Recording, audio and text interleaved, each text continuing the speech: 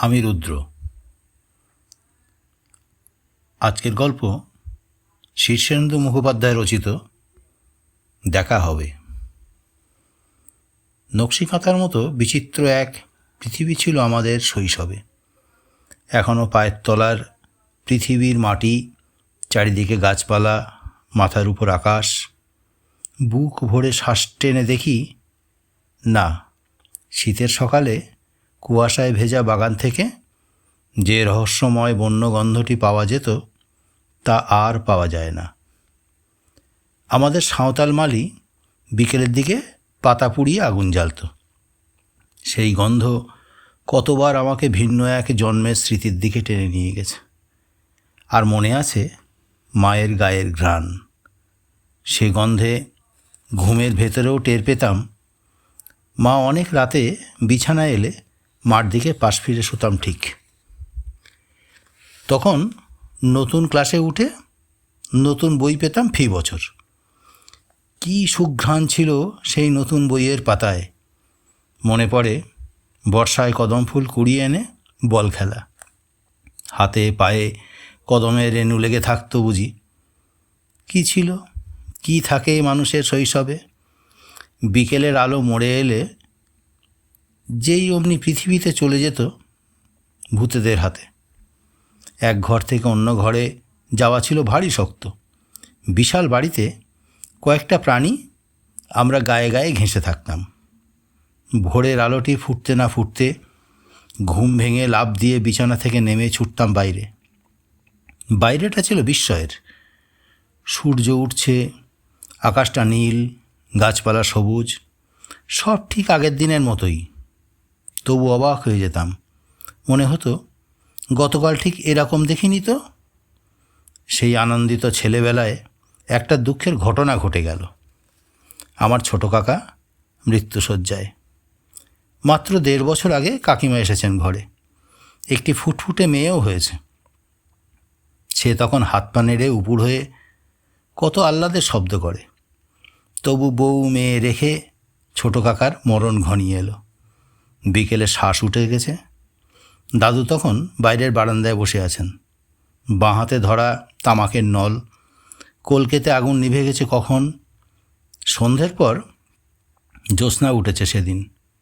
দাদু সেই জ্যোৎস্নায় পা মেলে বসে আছেন। ভিতর বাড়িতে কান্নার শব্দ উঠেছে।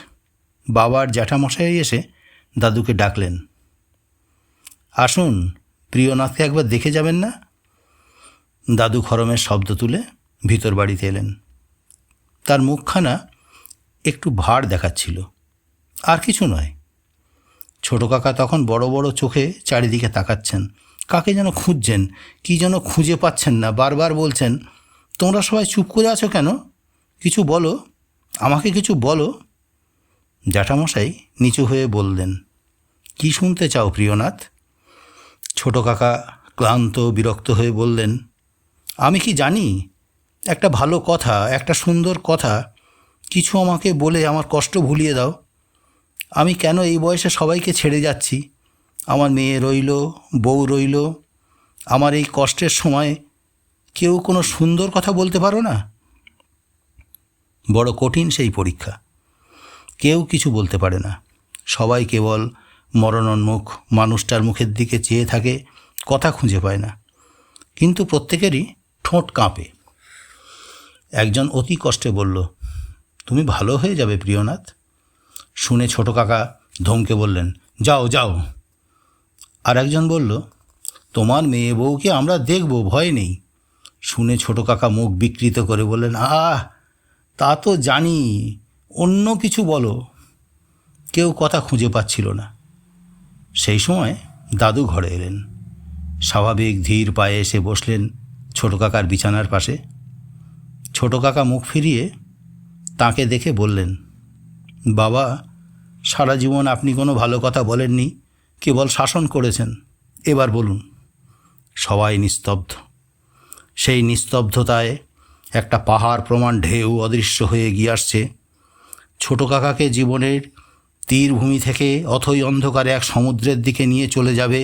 ঢেউটা আসছে, আসছে, আর সময় নেই। ছোট কাকার জিভটা এলিয়ে পড়েছে। বারবার চোখ বন্ধ হয়ে আসছে, মুখ প্রবল ব্যথায় বিকৃত। দাদু একটু ঝুঁকে শান্ত স্বরে বললেন, প্রিয়নাথ, আবার দেখা হবে। কি ছিল সেই কথায়? কিছুই না। অতিথি অভ্যাগতকে বিদায় দেওয়ার সময় মানুষ যেমন বলে তেমনি সাধারণভাবে বলা।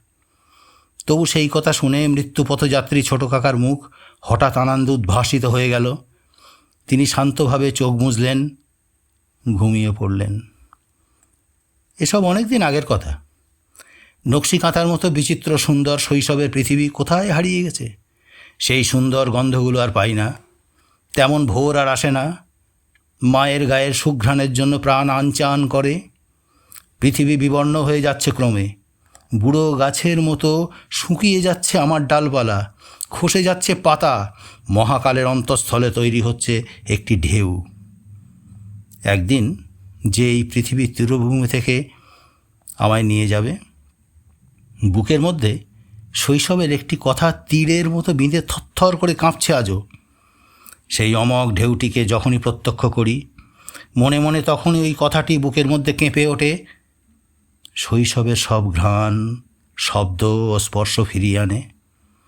মায়ের গায়ের ঘ্রাণ পেয়ে যেমন ছেলেবেলায় পাশ ফিরতাম, তেমনি আবার পৃথিবীর দিকে পাশ ফিরে শুই। মনে হয় দেখা হবে, আবার আমাদের দেখা হবে। নমস্কার।